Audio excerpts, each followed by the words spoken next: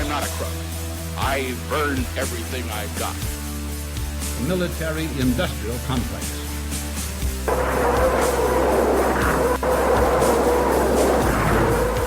A new world order. But we are here to destroy the control over the industry of other people.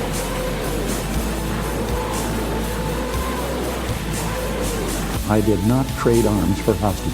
It's been time to be a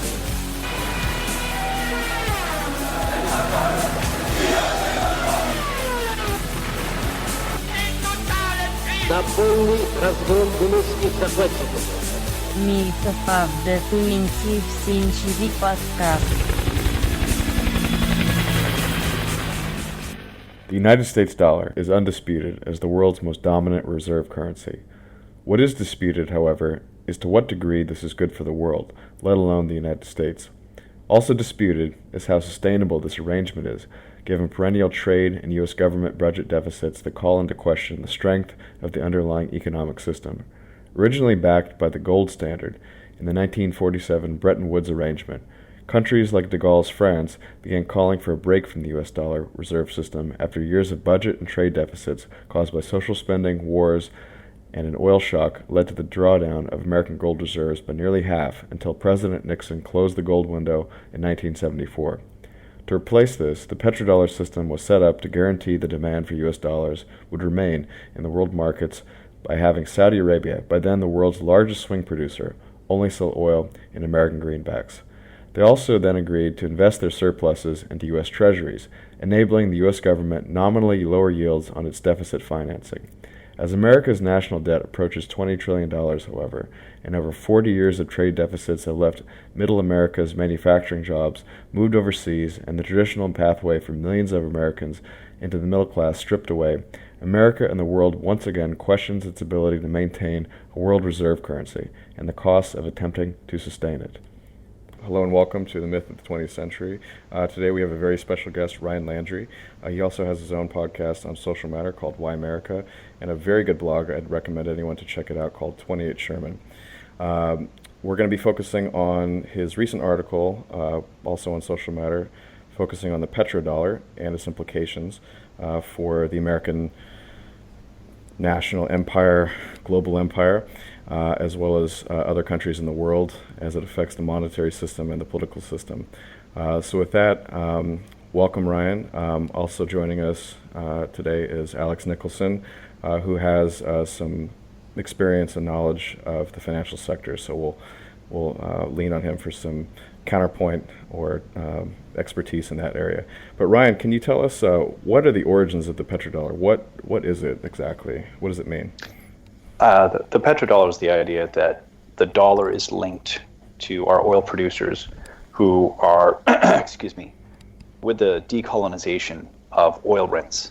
When the oil states, the sand states, if you will, of the Middle East, all the rents that they collect with what they sell for their oil on the market, how are they going to collect money for it?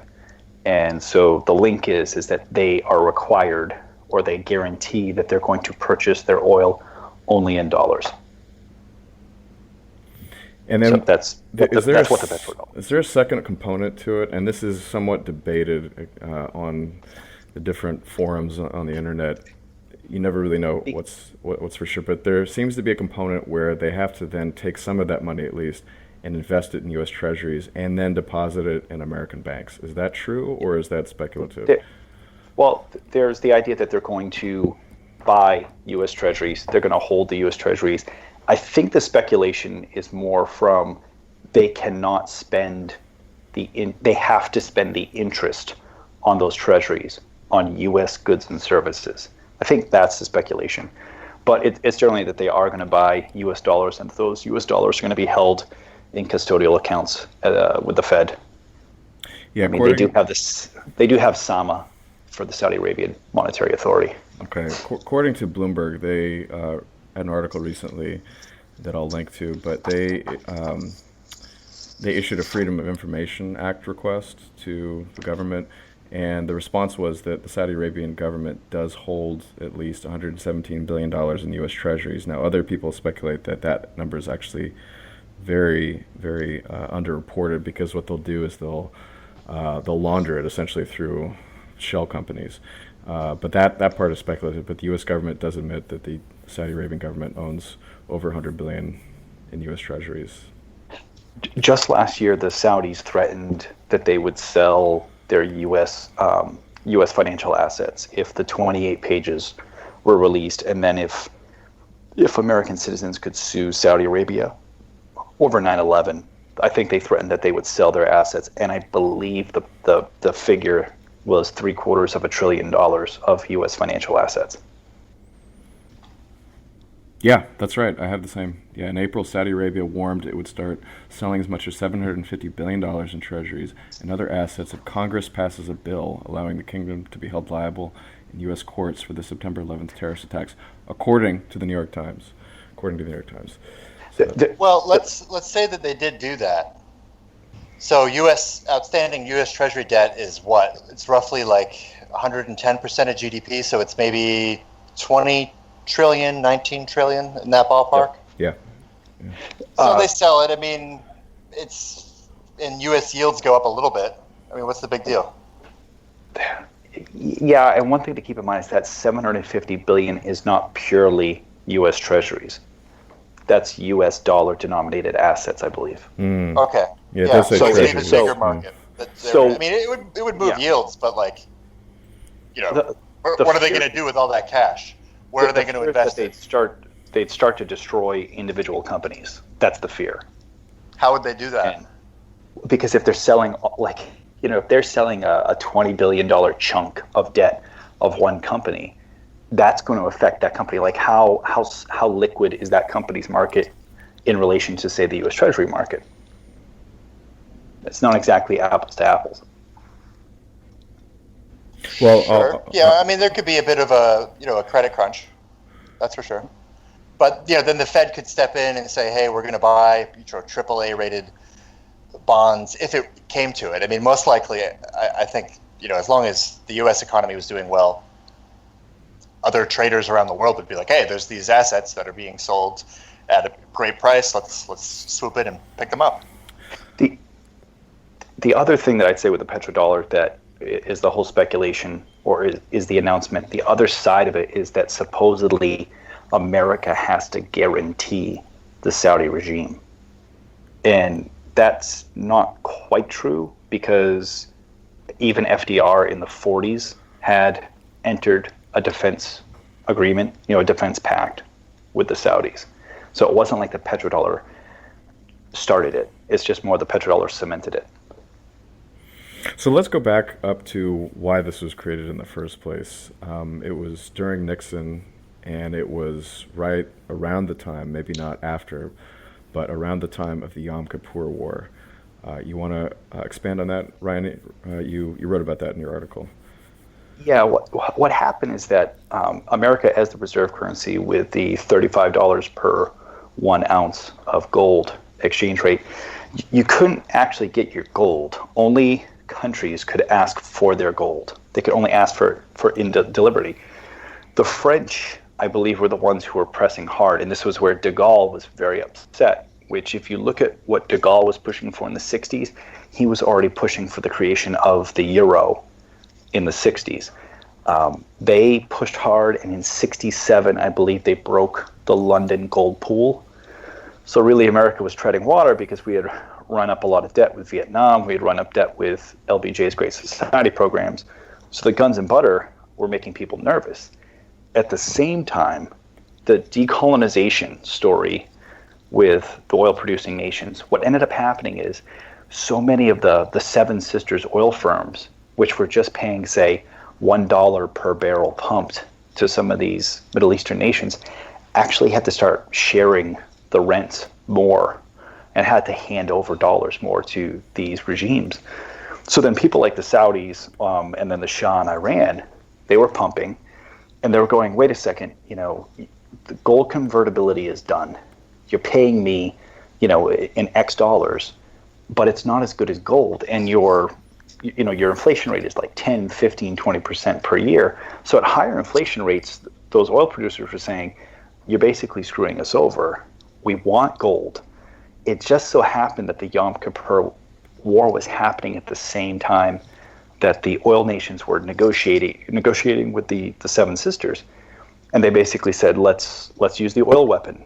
So they did the oil embargo, and that's where Kissinger started doing his shuttle diplomacy back and forth. And if you look at the timelines of the oil embargo ending line up more with him getting the Saudis to agree to buy oil, to sell oil only in dollars, versus what actually was happening on the ground in the Yom Kippur War. And then it took years though to still get it to get concrete, because the oil producers did not trust that the dollar was going to be as good as gold. Well, that's what I would like to ask a question about. So, if you're, I'm looking at U.S. inflation rates. We get some 10% inflation, a little bit higher than 10% in the 70s. So let's say I'm the Shah and I get whatever oil was trading for, in the 70s. I get some dollars for that oil. If I'm worried about the dollars losing value, I mean, that day I can buy gold with the dollars. So I'm not affected by U.S. inflation. I'm turning my oil instantly into gold if I want. Like, you're not bound, just because the asset is traded in U.S. dollars does not in any way affect a sovereign nation and what they do after they get the dollars. Like, I just don't see the connection. No, that's a good point. And one thing to go to with all these sovereign wealth funds that you see now in these countries is that they still joke about the adverse selection that goes on in the hiring process with them, that it's still some sheik's nephew who's working the trader desk, or working the accounting desk. Well, what do you think it was in the 70s? They had absolutely no technical infrastructure for their finance. There was nothing. So they were basically they were exporting the financial capabilities to America. Like, please help us. Uh-huh. Yeah, I've read that it's difficult in practice to convert all of these things to the currency that you want. There are transaction costs, literally in addition to the time that it takes and the complexity and the chance of getting it wrong. And so I think there is something to be said for... They're trivial, though. Those costs, currency markets are so liquid. You can buy, like Danish kroner even, you can buy billions of dollars of that currency in a day. And you're not going to... Okay. Well, that's a pegged currency. That's a bad example. But, like, you could buy yen or euros or back then Deutsche Marks or whatever it is. What was it? Was it difficult back then versus now, where it's easy, or was it always relatively easy? It's been pretty easy since since the telegraph was invented. I see. Okay. I don't know. I don't work on these trading desks, but Ryan. I mean, there is some transaction cost. Like, you're going to have to pay. I mean, think of it. It's more liquid than a stock market, and if you're just some guy like any of us, we could just go buy stock, as many shares as we like, and it's $10 a trade, something like that. Yeah, that's true. So I guess the reason people think this petrodollar thing is kind of a potential big deal is that if you kind of look at the GDP, the deficit to GDP ratio in the United States, it just keeps getting worse and worse and worse. If you look at the other chat thread, there's a chart with all the presidents and budget deficit as a percentage of GDP by administration. It's about 1% back in the day when JFK was around. It actually dropped to 0.9% with Johnson. Goes up to 1.6% with Nixon. This is all deficits, so these are negative numbers. 3.5 with Ford, 2.4 with Carter, 4.3 with Reagan, 4.3 with Bush. Clinton fixed it with almost 0. Bush second, negative 3.2, and Obama, complete disaster, negative 8.3% budget deficit compared to the GDP. And it's just like a trend that goes down, down, and down, especially with Obama. And the reason people say that the petrodollar matters, and you guys can clear this up, hopefully, but the U.S. government could not borrow at such low interest rates if it weren't for an arrangement like we have with the Saudi Arabians who have to buy this stuff, or creating an artificial demand for dollars throughout the rest of the world that makes other countries want to also buy treasuries. And you can't forget that in the past 20 years, China has also been a huge factor in this as well. So I think that can't be dismissed as well. But disentangling all that is difficult, and so I think people say a major component for enabling the U.S. government to run up $20 trillion in debt in total that we have now is the petrodollar, in addition to these other factors like China. I'll let Alex go first because I do want to touch on the China thing after, because that is related to the petrodollar, but I'll let Alex go. Yeah, I mean, the federal debt, I think they ran up, I think I heard the number that it was something like $13K per citizen for 2016. It's just... I thought it was more, but you could be right. Oh, really? Well, we could do the math. Per person. But... I mean, think about running up $13K in like credit card debt or something. It's like ruinous, you know? And the government's doing that for you. So it's like a big problem, you know? There's just no way around it. Like it's not sustainable.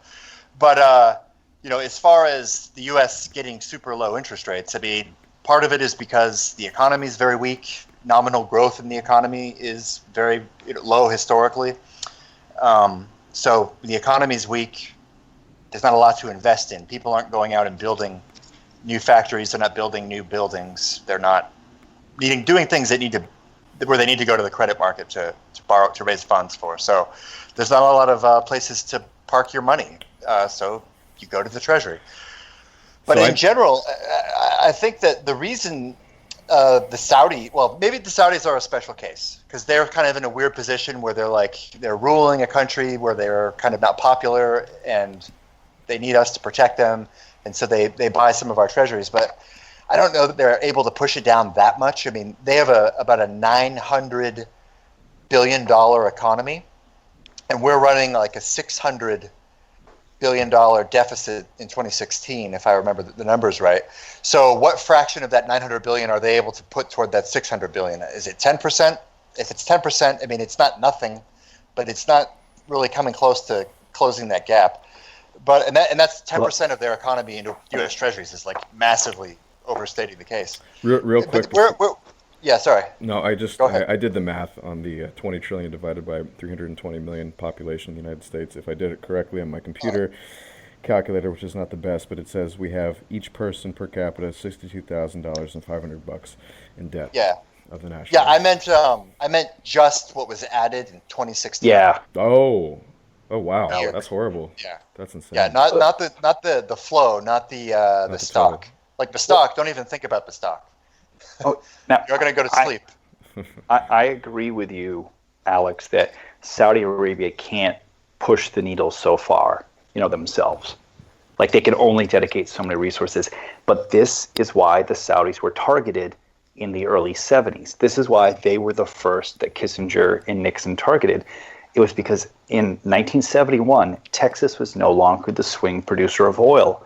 It was now Saudi Arabia. And it was because in 1971, OPEC had much more power in the overall oil market. So the overall oil market, OPEC, I think at that point, was like 35% of the oil production. And now they're down into like the low 20s. If they got the Saudis, because the Saudis use so little, the Saudis exported so much, if they could get the Saudis to commit to the dollar, they could tell the Kuwaitis, hey, look at this deal we just did with the Saudis. Don't you want to do it? And it was incredibly easy for them to go to the Shah because the Shah, Nixon and Kissinger's strategy, which Kissinger continued into the 70s, it was the twin pillar strategy of you take advantage of the Shah's arrogance and say, oh, don't you want to be as good as the Saudis? And so he would do exactly what the Saudis would do. And then he would also raise his game. Like, let me produce a little bit more oil. Let me throw a bigger party. Let me do this in America. Let me buy more land in America.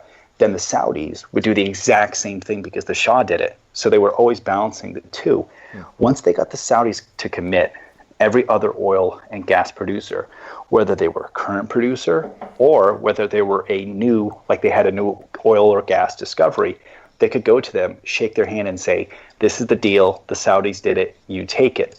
That's where famously Saddam Hussein said, I don't want to take it. And he got removed. The key about the Saudis, too, is that by being a stable relationship and creating such a flow of money into American securities, it did stabilize American, treasury bids. And then likewise, there was always going to be a bid out there. Once the Chinese got introduced to global markets and had their scare at Tiananmen, which was partly related to the spike in food prices, I believe, that happened in the late 80s. Once the Chinese saw that, the Chinese realized, okay, the Saudis have all these dollars. They store these dollars. They set a peg rate. We can do exactly what they do, and we can store up a hoard. Now, that happened. They stored up a hoard. And then in the 90s, I think Brad Setzer has written about this. He called it Bretton Woods 2, but he only talked about the Asian countries that did it, whereas I would say Bretton Woods 2 was petrodollar plus what happened in Asia. When the Asian the flu, as it's called, when that flu happened in the 90s, all those countries like Thailand, in Indonesia or whatever, when they got burned, Thailand, Korea, and they had regime change right after, of course, the financial crisis, they took a look at what China did, and they said, oh, China didn't get screwed over because they had that giant hoard. Mm-hmm. So they all pegged their currencies exactly like China did.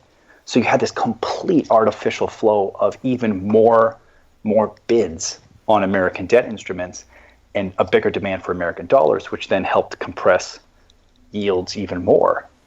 So, I mean, that's where the petrodollar is so important, because America showed this is a relationship. You can do this. We also had to do a strong dollar currency to be the financial center and to have people have faith in the dollar. But once we did it with the petrodollar, then the Chinese saw it, and once the Chinese were successful, all the other, what they're called the little tigers, all the little tigers copied China. And so from 1997 onward, you had even more bids as people just basically redid mercantilism. Yeah, I mean, having a standard, we used to have a gold standard, and it also used to be a British pound gold standard prior to World War One or two, at least. It's really a confidence game. I mean, and I think you're illustrating that with kind of how you get one person to agree. It's sort of like social proof. It's like, if this guy's big enough, the second guy will maybe agree, and then if those guys, well, gee, I have to agree, and then if the entire world is doing that. I mean, I remember when the Great Recession happened and the financial crisis of 2008-9 was going down, and I think the value of the dollar went up, even though the problems were starting in the United States, and that was very counterintuitive to many people, including myself. But yeah, it was a rush to dollars because people want to hold dollars. Yeah, it's perceived, actually, it was safe. very. Yeah. And the other thing is that U.S. monetary policy was extremely tight in 2008, especially in the second half of the year. Nominal GDP fell like 16% below trend, and when your income dries up, that's nominal GDP falling. That is actually people's income drying up. You hold on to cash. You don't. That was the famous Jim Cramer when he went berserk when Bernanke wouldn't cut rates. Yeah, and he said they know nothing. They know nothing. There are people starving on the streets of Wall Street. That chant. But that's a good point, because when 2008 happened, it was counterintuitive, because the dollar, I believe that the USDX was maybe in the high 60s, and then once the problems started showing up in the emerging markets, you saw that rush to money into American assets or into just the US dollar, which then drove the Dixie up. But it was counterintuitive because the crisis was happening in the core of the empire and in the core of the system, not on the periphery like in the 90s with Asia or Russia. Mm-hmm. Well, I think maybe in some ways we're somewhat talking past each other, and I think maybe we agree a little bit more than is immediately obvious. Like, I'm focusing in on this word petrodollar, and my main contention is not that the U.S. doesn't run a sort of empire with.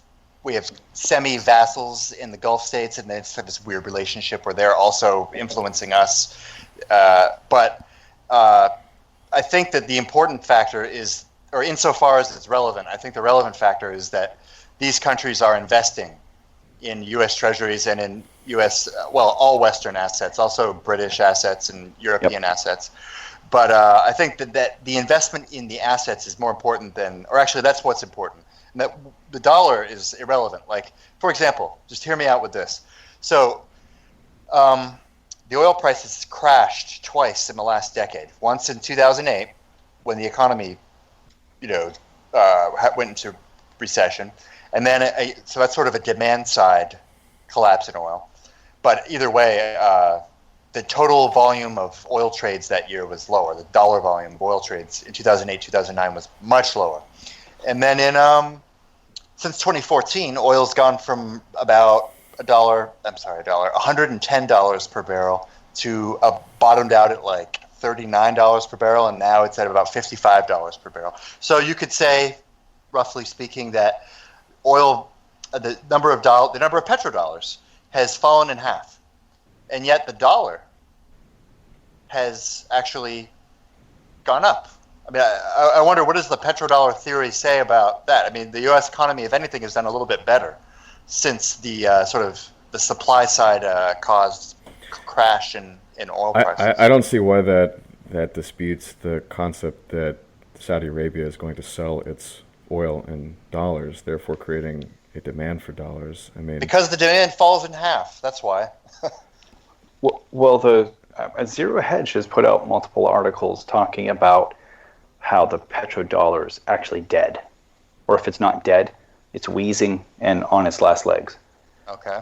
I think they have, and they said how part of it is that the Saudis are actually net sellers now of assets because the drop in the oil price, and on top of that, American oil production has gone through the roof. And this was compared to, say, 2007, 2008, when T. Boone Pickens was like, America will be lucky to squeeze out an extra 1 million barrels per day. And if you look at the chart, I believe Adam sent it to us, that chart of American oil production and oil substitutes, it skyrockets because of what shale and what the hydraulic fracking did.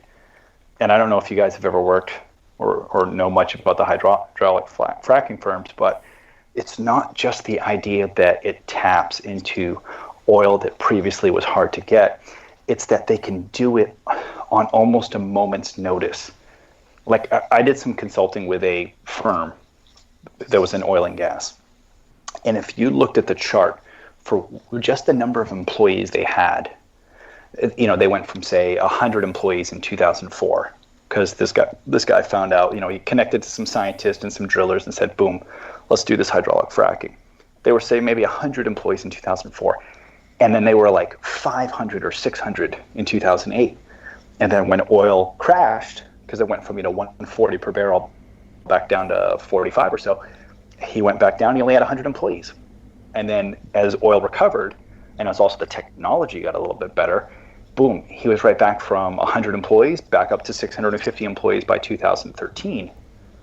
So it's amazing what they can do to scale up. The energy invested on the oil that's there, it's still, it's not the 100-to-1 ratio you see in the Saudi sands, but it's still a great ratio. But it's also the time that it takes to bring something up on the land is just so much easier. Right. It's not a deep water, it's not a deep water drilling, which is pretty risky and hugely expensive.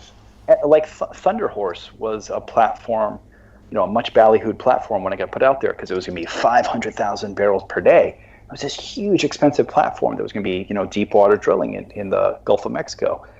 And if you look at what it produces, it's 500,000 on just one well. But think about how North Dakota, Montana, Texas, West Texas, Western Pennsylvania, just they dot the land with these little bits, and boom, they're producing. Have you heard about this recently announced field in West Texas? It's something. No. It's allegedly the second largest oil field or single oil resource in the world after the Saudi one that begins with a G. I can't remember the name of it. Gaulle or something like that. Yeah, it was like a couple months ago they reported that, I think. If you're looking, so that's pretty encouraging.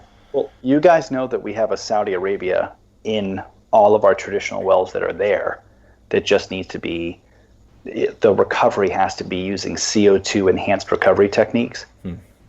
But if we got desperate enough, we'd have another Saudi Arabia just right there. Oh, we could cut off imports immediately. Yeah. I mean, people don't even know this about the United States, but we actually have the largest coal reserves in the world. I think it's something like 28%. It's more than Russia. I mean, Russia has like 18%. It's amazing. Well, that can be gasified. The Fischer-Tropsch.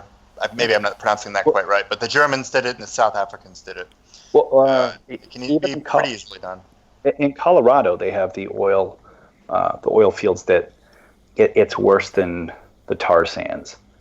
And Shell has done some, I can't remember what they're called, but it's like turning the mud into oil.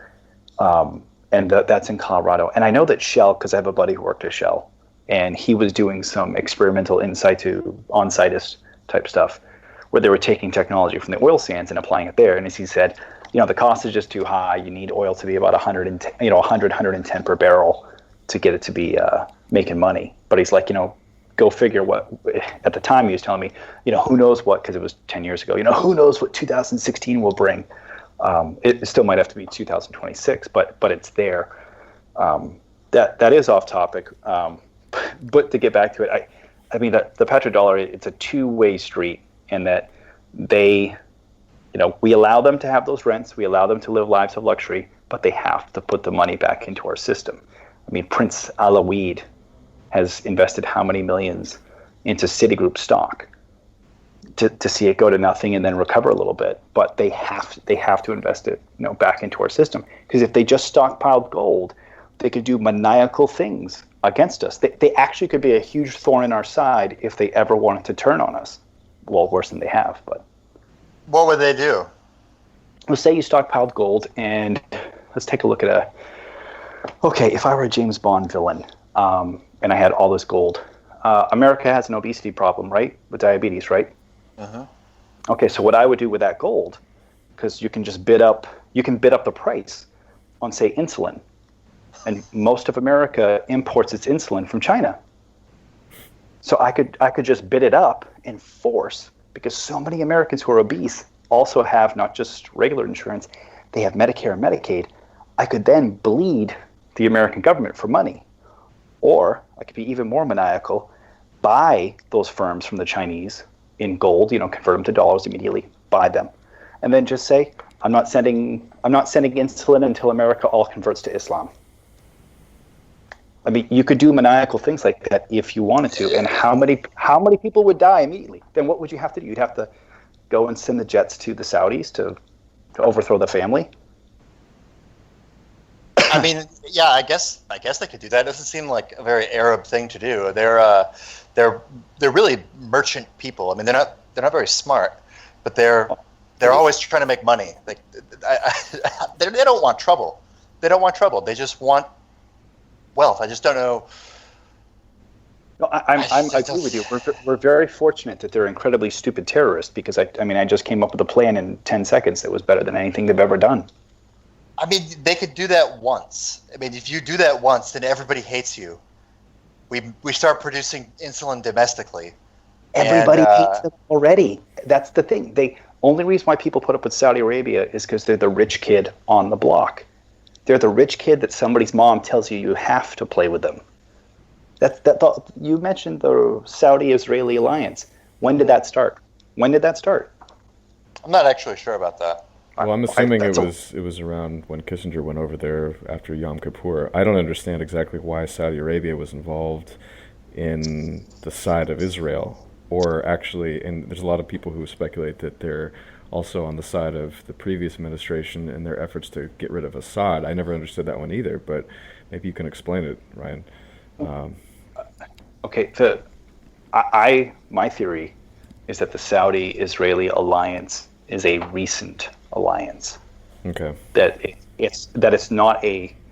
doesn't go back to the Kissinger days. My theory is that what the Saudis did, and there are some articles written about what they've done for buying politicians in America off, but I believe what the Saudis did is they saw what they can voice that they don't like the Jews, that they don't like Israel, but they just copied every single thing Israel does with lobbying, APAC, funding think tanks. So the Saudis have done the same thing. Then they go in and they buy chairs in Harvard, Princeton. They make donations. So they did that soft power purchase with all their oil money. And I believe that their handshake deal with Israel was more, they hate Iran. And if you look at the WikiLeaks cables, the Manning diplomatic cables, there are some explicit emails where State Department people go, yeah, the Saudis want to fight the Iranians, or the Persians to the last American. I believe that the Saudis saw the Israelis as an opportunity to align with them against Iran. Okay. That makes sense. That was how I understood it. And there was talk, I don't know if you guys ever saw this, but there was talk that in 2008 that the Saudis basically gave the sign to the Israelis that if you want to do an airstrike on Iranian nuke facilities and the Americans shut you down from using Iraqi airspace, if you want to do like a mid-flight refueling, you can fly over Saudi airspace and get to Iran that way. And that was, I think that they even published that as like rumor, but they published that in major newspapers.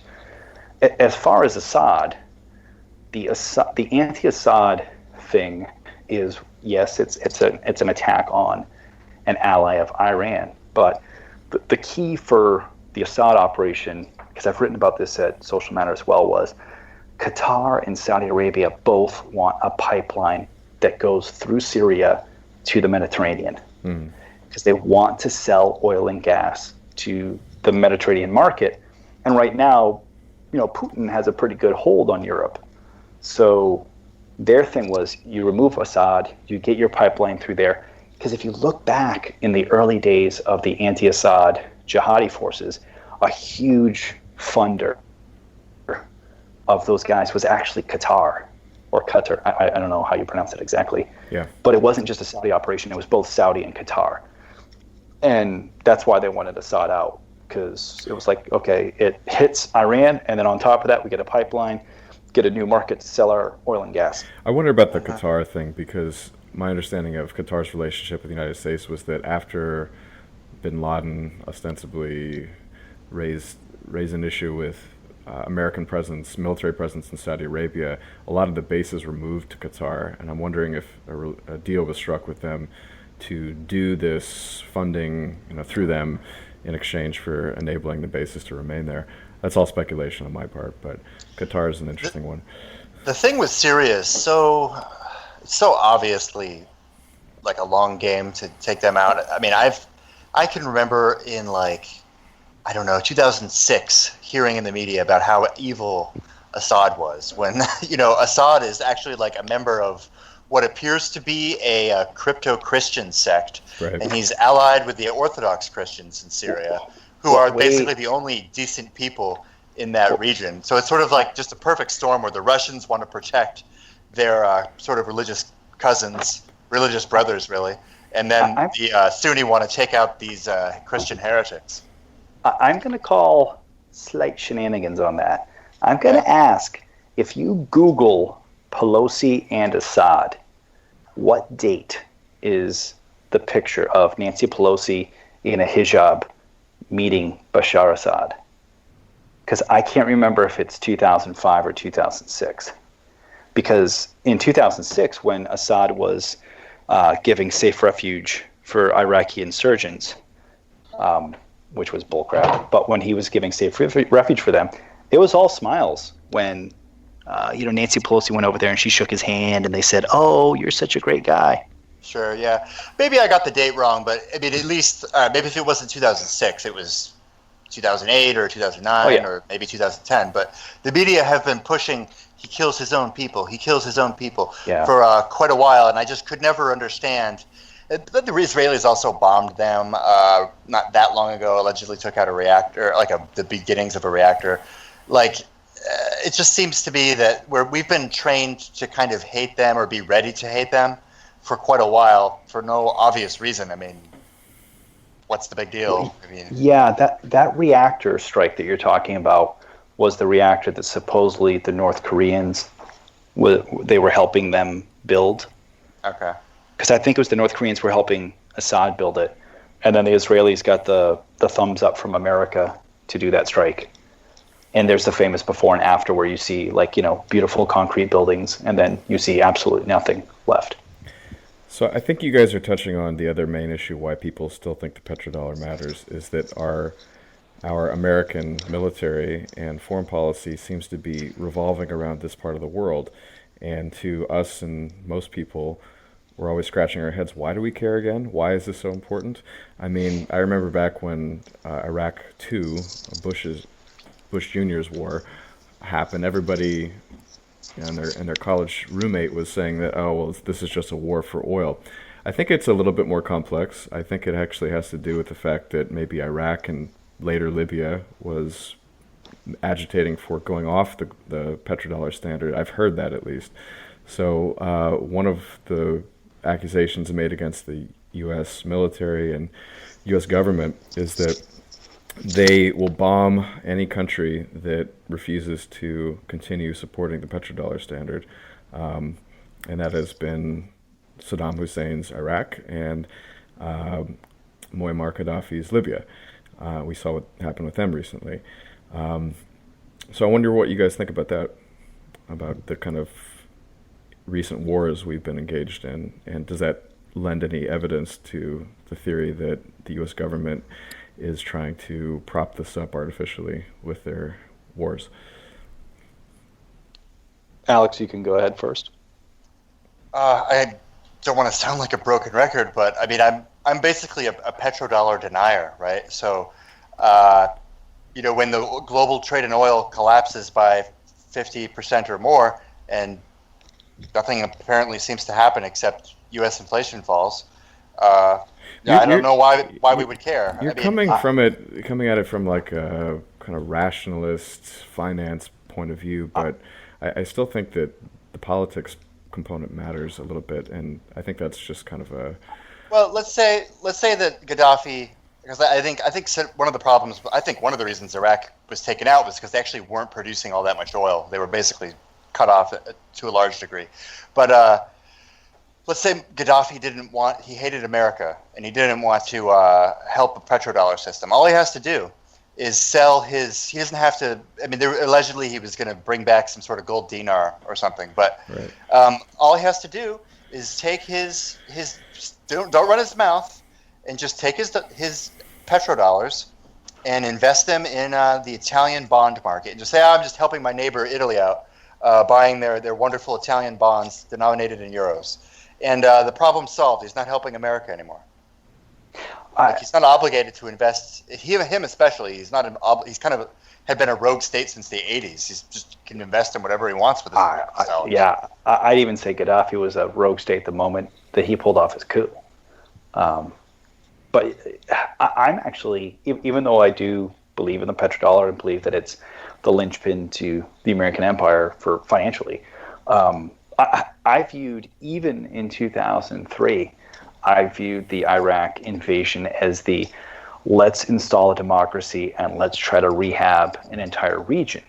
Now, I viewed it from, there's a letter to the editor out there with, Jim Gilligan on it, and that's me writing, oh, hey, let's do that. And Jim Gilligan's not my real name. I just want to use it. So, it's Jim Gilligan writing, no, we're going to export democracy. It's not about oil.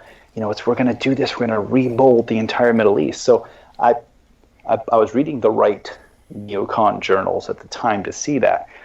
Now, looking back on it, I view the whole Iraq war and then the war in Syria more related to it takes out enemies that the Saudis had.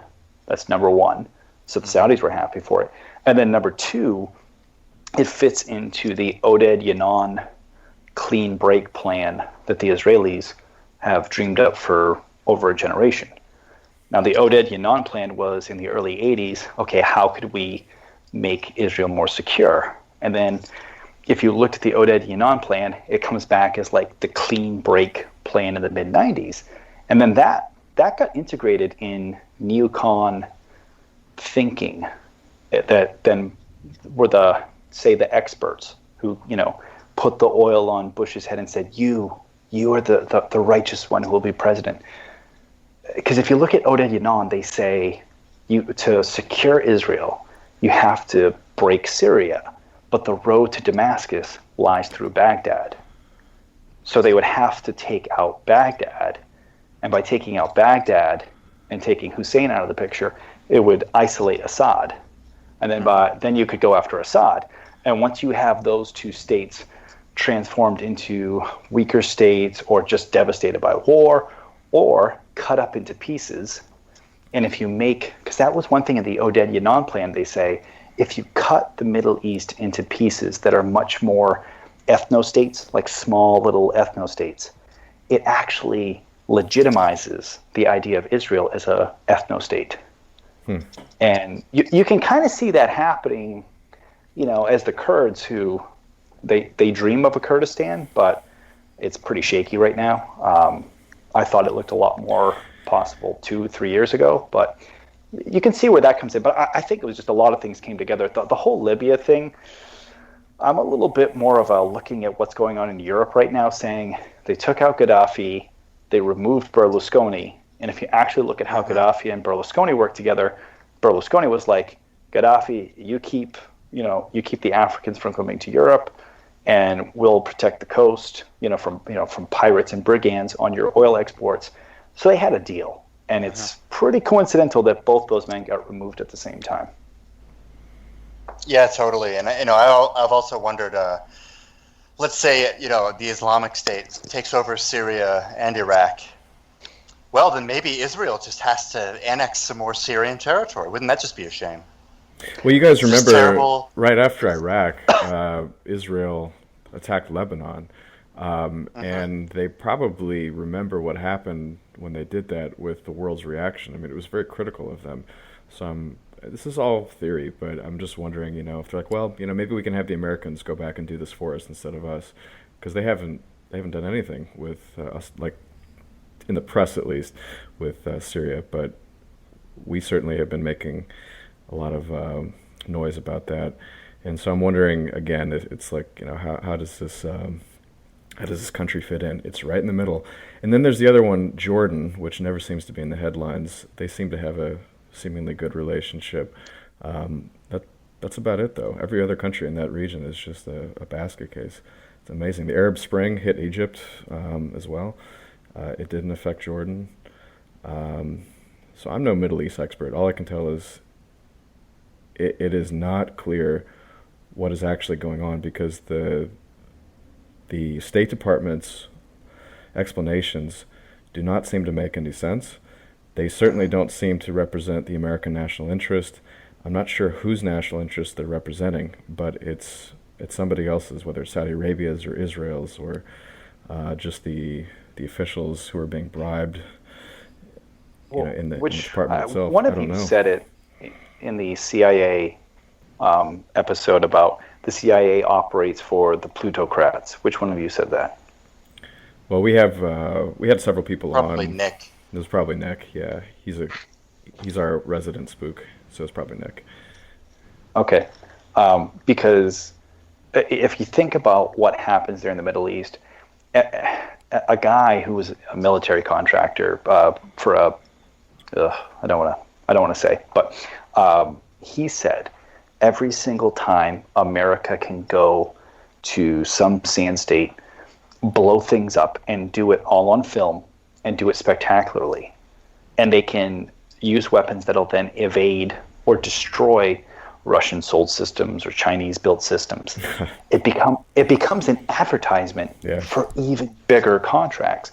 So the military-industrial complex enjoys it. They enjoy it's not, they don't enjoy killing people. They enjoy showing what they can do, so that becomes an advertisement for them to go, you want to buy $5 billion worth of helicopters or of guided missiles from us. And that's their selling, because they're not selling the latest stuff. They're selling the stuff that they developed 10, 15, 20 years ago. No, I certainly agree with that. I think I was doing some research on the petrodollar before this, and there was a section on petrodollar recycling, that basically means, okay, what do you do once you've accumulated these dollars? And a lot of what these Middle Eastern countries will do is they'll buy U.S. military hardware, F-15 fighter jets, as being kind of the most beautiful example of a piece of equipment. But those are sold to Saudi Arabia. They're also sold to Israel. Basically, our allies in the region. Great Britain's largest customer for weapons is Saudi Arabia, and Airbus. I think oddly Airbus is building a massive fence and wall and underground sensor array along the Iraqi border for the Saudis. So it's also Europeans who get this investment. Airbus is a rebrand of EADS, which was the conglomerate that held Airbus and the military side. So they've now just become Airbus. That's probably why it's confusing, but they still have that military division. Yeah. No, I mean, knowing that the military industrial complex still they still produce that, and this actually goes back into our system, and even Galbraith mentioned it.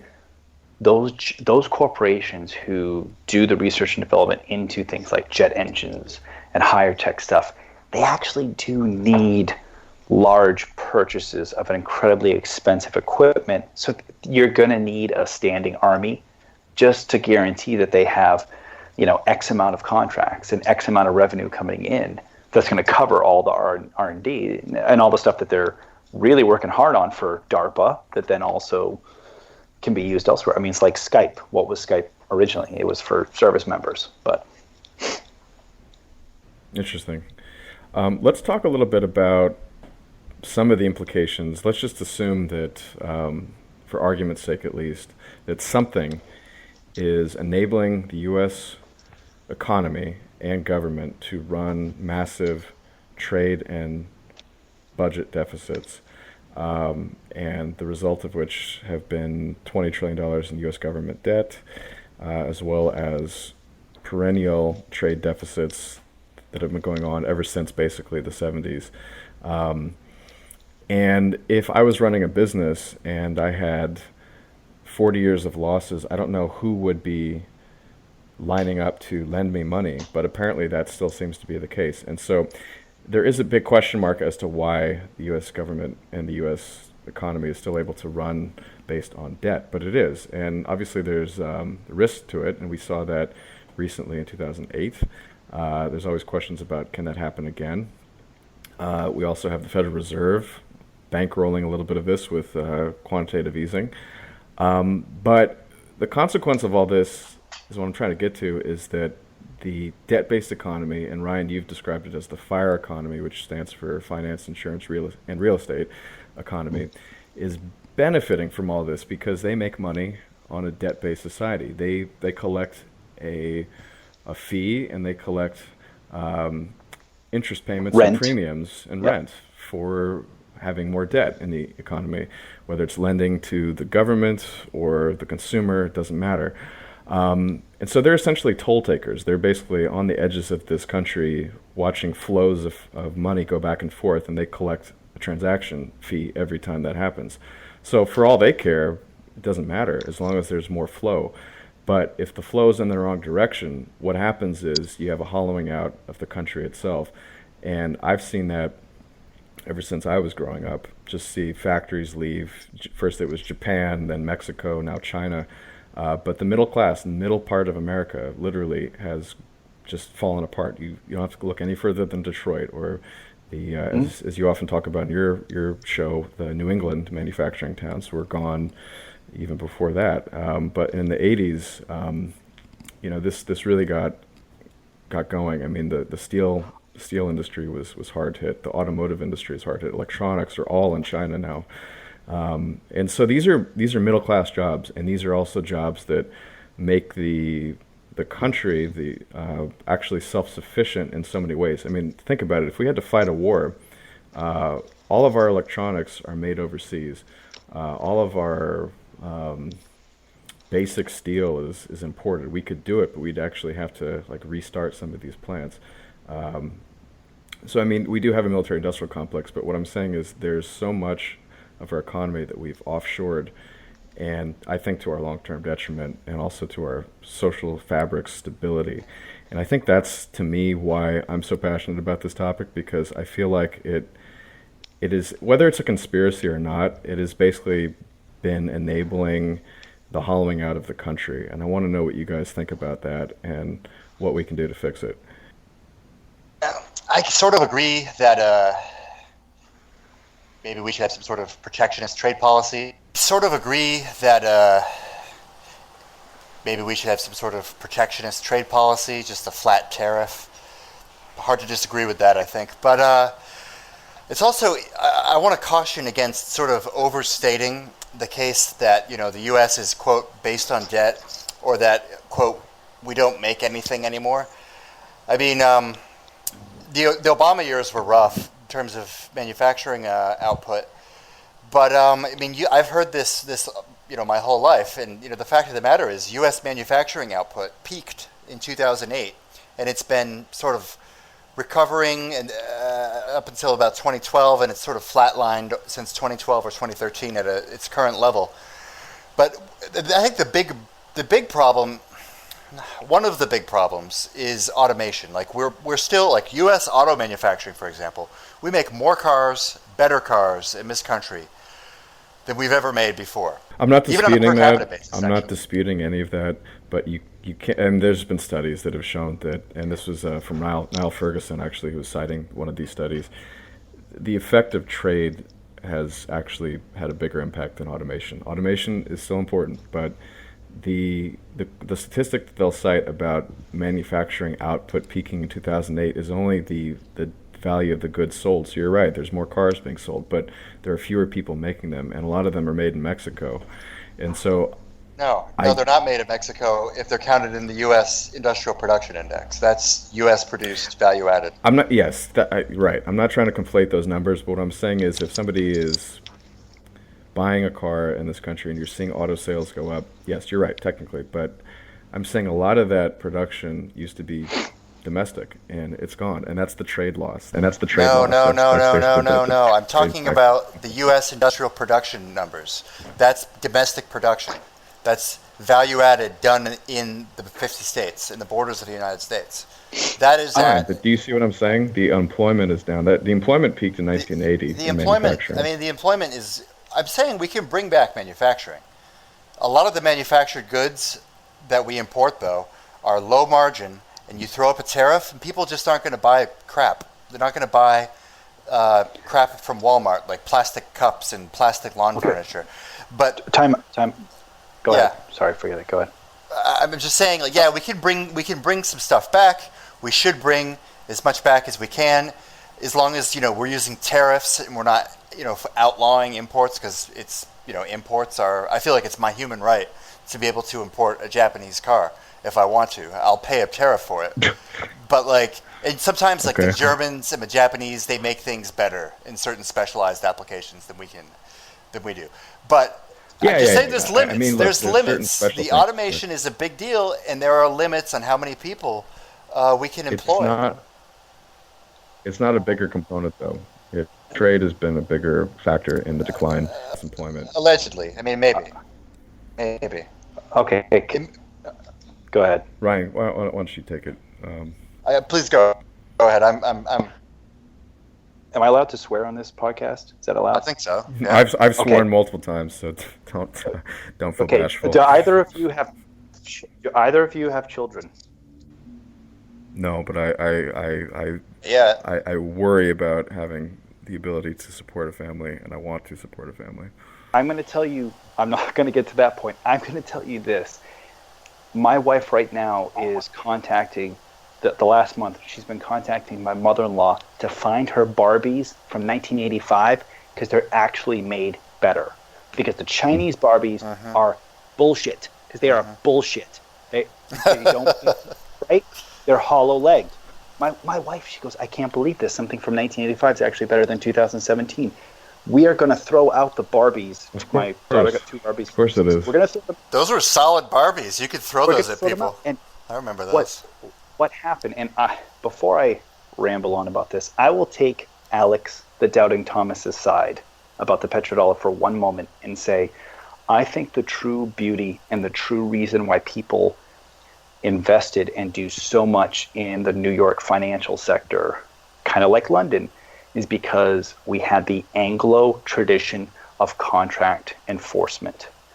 And the concept was that rule of law would be fair. So people felt fair in American courts. Now, in the last 20, 25 years, we've abused that. We run over people, and the corruption is pretty bad. So, yeah, in courts, I think that's slipping. And I think if America loses that reputation, which is why the BRICS are trying to build an alternative rating agency.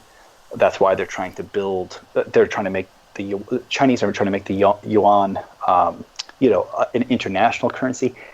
They're trying to build up the other pieces that you can build alternatives to keep the American system honest. Because they're never going to build the full infrastructure financially to compete with America's debt markets and America's rating agencies and that acumen. That's going to take a long time.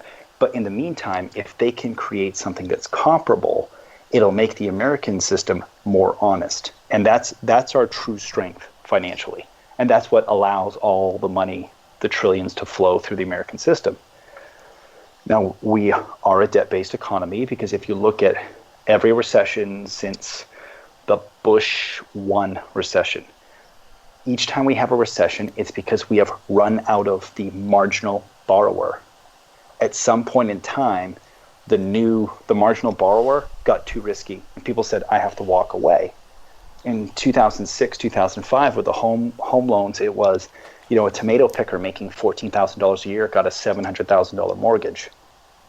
And once that happened, it was like, oh, let's pull the trigger. And once we pulled out on that house of cards fell. Each time we run out of the marginal borrower, we get a new recession. It was the same thing in the late 90s, early 2000s. We had, it was debt-fueled stock.com stuff.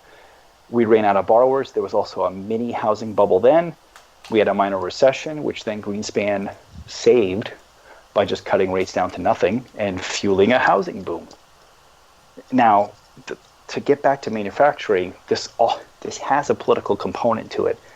And that's when the Democrats decided, and it was the late 60s, early 70s, even though they had been triumphant in 1964 with LBJ, not just in total victory, they were triumphant in, Galbraith called it the technostructure of professionals, with all their donations to political candidates in 64, finally switched over to the Democrats and said, hey, yeah, they represent unions, but we'll get behind them. Now, they immediately trashed it by going hard with the McGovern coalition, which was the new left defeating the old left. And that started on the streets in 68. And then in 72, they were fighting on the DNC arena that they had the convention in, until 2 a.m. when McGovern gave his speech. But then by 76, Bob Strauss, who was a huge donor and a big architect of the international system, he caused the Carter ticket and the staging of the far left wing and Wallace joining hands behind Carter for an image on television. But then when Carter came in with the Environmental Protection Agency and all of that, they started attacking American business because they were going to start junking that middle, like the union votes, the hard-ats for Nixon, all of those people who would become Reagan Democrats, they were junking them. So in the 80s, Reagan sucked them up. Reagan and Bush won a few elections in a row. The Solid South went to the GOP slowly. And then in 92, it was like, okay, well, what are we going to do for economic policy? And you had Robert Reich, who was, he's 4'10"? Robert Reich. I almost ran him over one day in Massachusetts. Almost ran him over because he was on Brandeis campus, and I almost ran over this guy. And I said, "Who lets their kid out there?" So because that kid had a beard. I'm like, oh my God, that was Robert Reich. But that was a decade ago. But he and Robert Rubin, who was the CEO of Goldman and had been a chief economic advisor for Mondale and Dukakis, he was actually the guy who told Mondale, say it in your speech that you're going to raise taxes. But he was a big fundraiser And he was the guy who created the Wall Street campaign fundraising, arm for Clinton. So he and the DLC installed Clinton, and then in every single policy decision, and this is where the petrodollar does come into play. If you're going to be a financial center, if you're going to make your petrodollar clients happy, you have to have a strong currency. So Rubin said, do a strong currency, a strong dollar currency policy. Reich was like, let's do a weak dollar currency policy. Let's help the union voters. That's our bread and butter. That's what being a Democrat's about. And Rubin said, Wall Street won't put up with it. You're not going to have them buying your treasury bills. You're going to get screwed. You're not going to get reelected. Clinton listened to Rubin. Clinton listened to Rubin on just about every single policy economically, except when he tried to change healthcare, and that's when he went with Hillary and the far left. But then Reich left in '96. Rubin became Treasury of the Secretary, I believe, in January of '95, and that's when he did the first foreign debt bailout of a direct, making the lenders whole.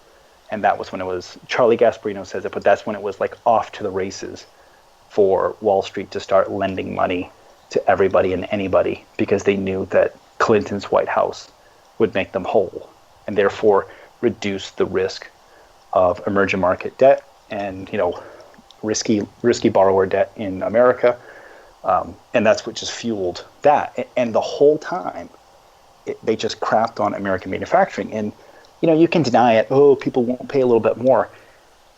Nike used to manufacture shoes in my hometown. Nike's manufacturing costs are only 10% of their sneaker. So if we're 25% more expensive and they have to raise the sneaker price, from like $130 to $135 or $138, do you think anybody's really going to notice? But everybody is the Nike. They do the Nike idea. Corporate design, America is so keyed in. All here in America, everything's manufactured in Asia.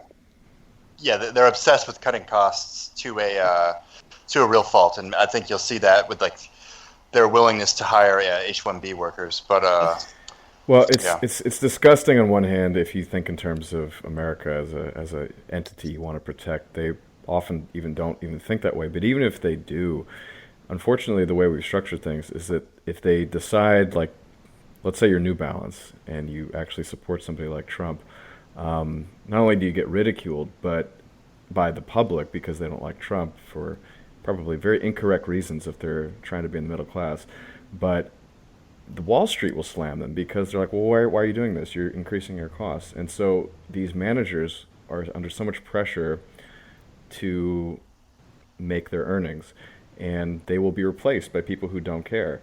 And so I think our system enables it, and that's why you have to create this level playing field, and that's what Trump is trying to do, where every company essentially doesn't have that choice anymore, and they have to compete domestically. And so then you would see a return of manufacturing. It's also financialization, because what ends up happening is, like you just mentioned about they have to meet earnings.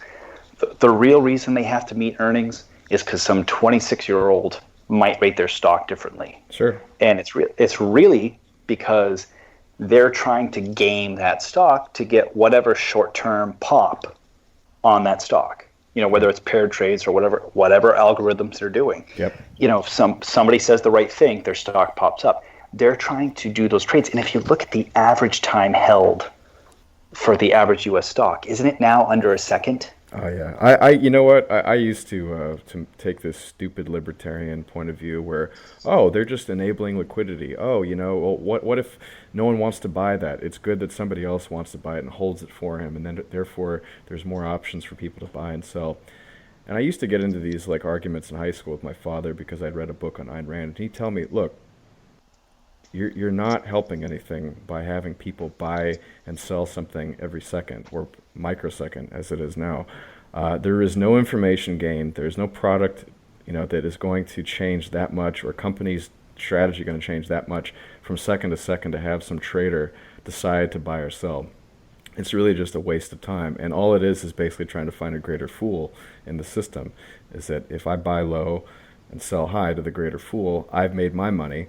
But does that price reflect reality? No, nothing changes that quickly. I mean, the flash crash was like the greatest example. It's like a company's stock goes from 8 to 0 and then back up to 8, 3 minutes later. There's obviously a flaw in the way we conduct our pricing system. Well, that was one. I think it's happened twice. Yeah, I'm giving you 10 years. I'm giving you a very extreme example, but this flash trading stuff. Were there I'm not going to defend flash trading, but it doesn't really move the price in an obvious way. I'm just saying. There's plenty of companies who think long term. Like you can look at Amazon, where Bezos was losing money for like however long it was, like 5 years or 10 years. Sure. And people were ragging on him. Oh, you got to make some earnings here, and now he's finally pulling it in. I mean, but that's not to say that there isn't a general problem in corporate management. That would be tough to disagree with. The thing that gets whispered in people's ears, and if you think about it, like your furniture gets manufactured in Malaysia or Indonesia. I'll tell you right now, a bedroom set is not cheaper than it was 15, 20 years ago. But costs of manufacturing are lower because they offshored it. So where's that going? And I think Naked Capitalism wrote how most of this offshoring is the professional class stabbing, the blue collar class in the back. And basically they're just recouping more of the revenue is going towards their compensation. Now you don't need your Charlie Chaplin, banging something into place manufacturing guy. Yeah, you fire 3 of them, save $100,000. Well, you're not going to pass that $100,000 on to your consumer. They're not going to get that savings. Well, magically, who's going to do it? Well, now you have to have your supply chain logistics guy who's going to manage something in Asia. And I've talked to a consultant who he worked with firms that got that GovCall platform song and dance in 2000 or 2002. It's like, offshore your manufacturing from Illinois or Ohio to China. It'll be so much better. And they did it, and then they had heartburn and they lost sleep. And they were upset, and it took 21 firms manufacturing to do what 3 firms in America could do. Yep. Well, I talked to a guy who was doing consulting to say, okay, you stabbed your own employees in the back. Well, you can't open up the plant again and rehire them. They've moved on. Who knows what's happened? But we will find you manufacturing in America that can do what you used to do in Illinois. Well, we found it in Indiana. We found it in Ohio. And there are the plants that they've been building down south in the right to work states. We'll find you a plant and you can make it in America again. And all that supply chain logistics stuff is out the window. Your manufacturing costs are going to bump up, but it's not going to bump up to what it used to be, but it's not going to be like what it was in China or Vietnam. So there was a bit of a class fight that happened. And the folks who could make the decisions on businesses, stab them in the back. Sure, and I think that explains a lot of the decline in the labor share of GDP.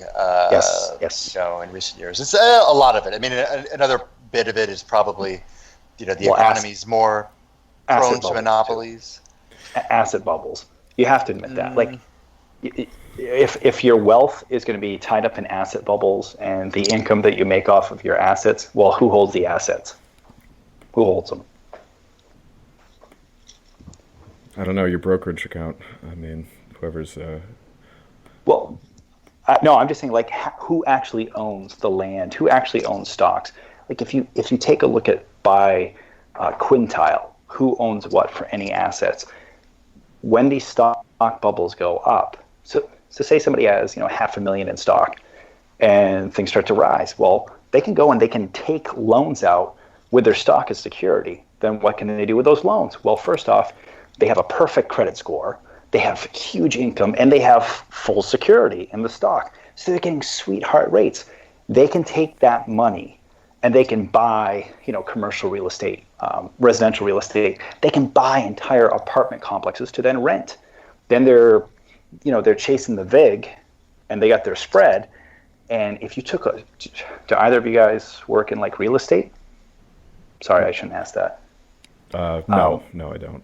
But yeah. Okay, but they've bid the capex rate on large real estate projects is so low now, and these are riskier projects because people are bidding because there's so much money sloshing around there. Right. But if they take the loans out there, well, Mr. 1%, to make a joke, Mr. 1% already had $500,000 in stock and $500,000 in real estate.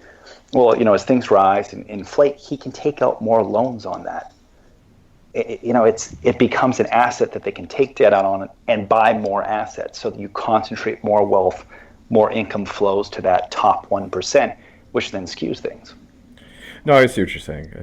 The wealthy people are better prospects for the bank to lend to, and they basically use their existing assets as collateral, and then they pyramid up, and it just is why you see these New York families in real estate in particular, including Trump in some ways, get so wealthy because they're the best bet, and so they can leverage those assets. I have a couple charts that that's just sort of called being rich, though, isn't it? Like, that's not anything new in particular. No, it's different because I think their assets and their ability to leverage those assets are kind of inherent on the market pricing them versus somebody who owns a real like a factory or something that has like genuine value, versus something that is based on market speculation. I mean, the fact that the coastal cities, an apartment complex doesn't have real value. I'm sorry, it does, but the prices liquidity. in Manhattan and San Francisco, they partially seem a little bit insane to me. Maybe it's because the weather's so good, but it's just, I don't know. That's all I'm saying. I had a business trip to Boston last year, and I was driving around, and I decided to look up houses that were there, and I thought it was a goddamn joke that an 1,800 square foot home was $700,000. Because my wife said, with your job, maybe we'll move there, so you don't have to travel. I said, let me take a look. I start driving and I go, hun, 1,800 square feet, $700,000, and I'm still going to have to drive 40 minutes to work. It's sorry. Why is the real estate so high there? That's once again to go back to the con game thing. There's a verbal con game going on there, just like, zerorevenue.com bubble stocks, modern art, real estate. It's the same con game. Well, there's also the aspect that, it depends what market we're talking about, but we allow Chinese to buy land in our country, so they buy land in Boston, they buy land in Vancouver, not our country, but close enough. They buy land in Seattle, or property, real estate. But and there's building restrictions. But just really quickly, we don't have the. Go ahead. No, why do they buy in America? Because apparently they don't want to invest in China. They smuggle. Because in America, real estate is not subject to money laundering laws. No questions asked if you buy something in cash. Well, from people who do work in real estate, that they have met these Chinese people in places like San Francisco, and they do exist, and they're paying in cash. That is definitely true. Yeah, they steal money either from companies in China or from the Chinese state, and then they hide the money in America essentially. But we don't have these sky high real estate prices in the flyover. So that to me suggests that there's a supply constraint in these coastal cities. Yeah, you are correct. Steve Saylor talks about it, the fact that you can't expand 360 degrees out from a city center. So the idea of, there's a ring where people want to commute 20 minutes, 40 minutes, an hour. So when you're in a city like Columbus, Indianapolis, Dallas, you can do that expansion 360 degrees versus a city that has a water boundary limits how fast you can how much land there is that's only 20 minutes away. I think Saylor calls that the dirt gap, if I remember correctly. Yes. Affordable family formation. However, I do think these locations are perceived as prime investment, AAA rated in some parlance, places to invest in, and they're known quantities, and so they're going to attract for a foreign investor. So they're going to attract a disproportionate share of investment, even though you might be able to go 20 miles outside of the city limits and find something that might have a better ROI. It's just in terms of just your cash flow, what they're really investing in is kind of the speculative side of things, because you can sort of show somebody, look, my balance sheet is composed of Manhattan real estate. That means a lot more than something in Hoboken, New Jersey, even though the numbers may not say that. There's sort of that qualitative aspect that I think encourages people to and same with London. I mean, they're running huge trade deficits in the United Kingdom, and Russian investments.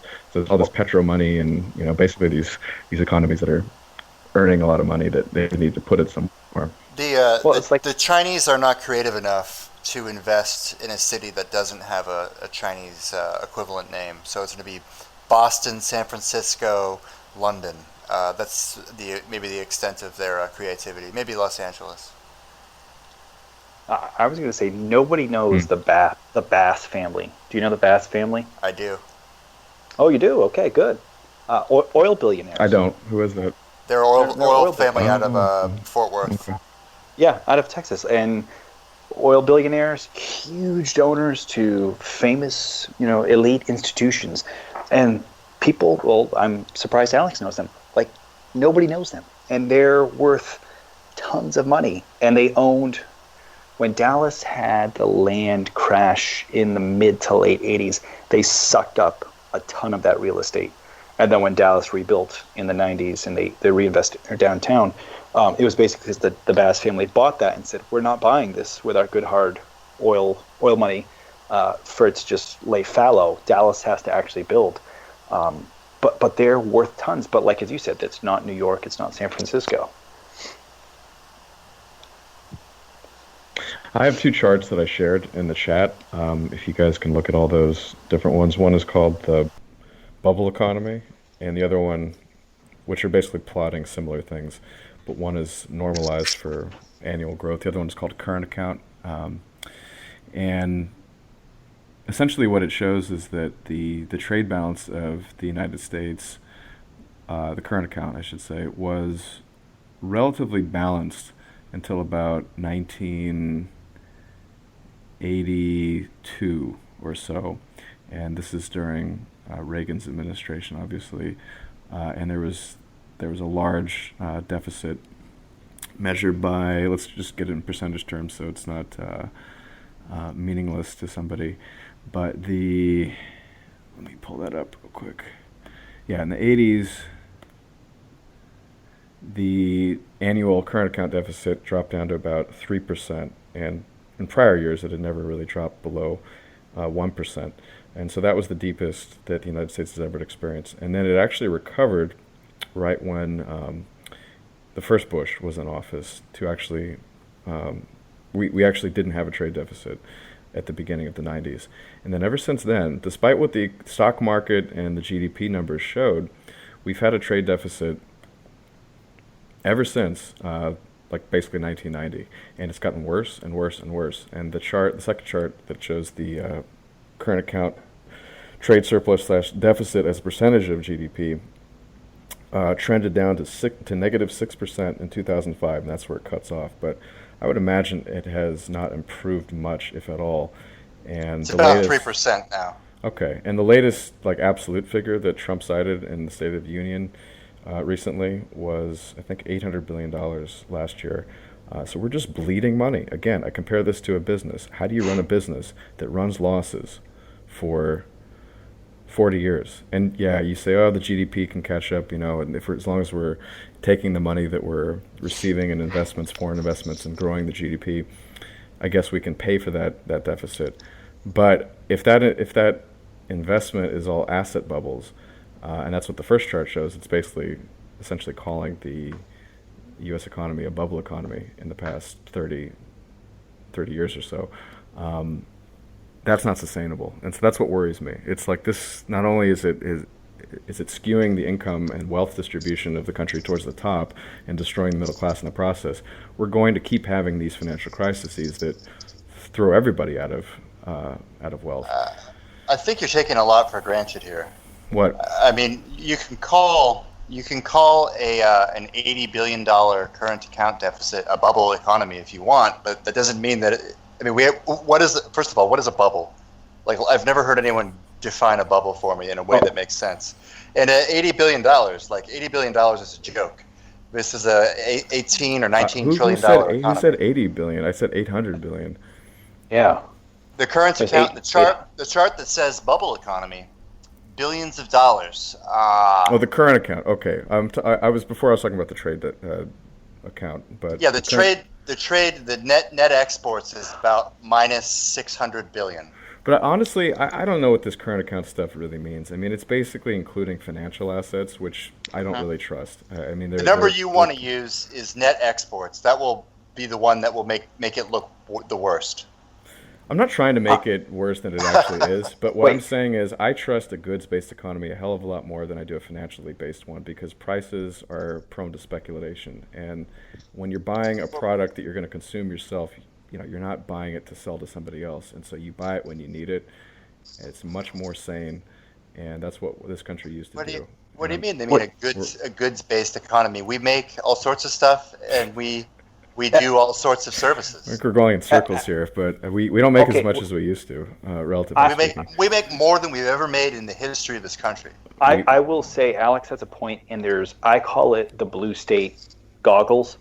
Is what blue staters see is that the blue state model is services, finance, education, healthcare. And who buys that overseas? That's the problem. The thing is blue staters see that and go, oh, this is what America is now. That's incorrect. I live in flyover land. I can take you personally to plenty of manufacturing plants.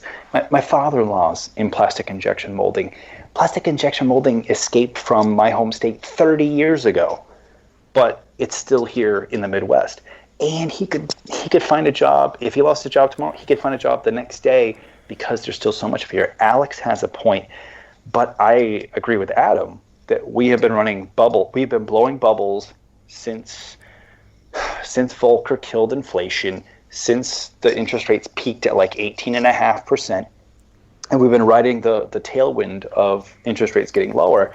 And what they do is you have federal policy that legislates and says, we will support X, and they'll change something like, mortgage tax the mortgage tax deduction, or they'll make it so that 401ks come into existence, or that IRAs come into existence. Yeah.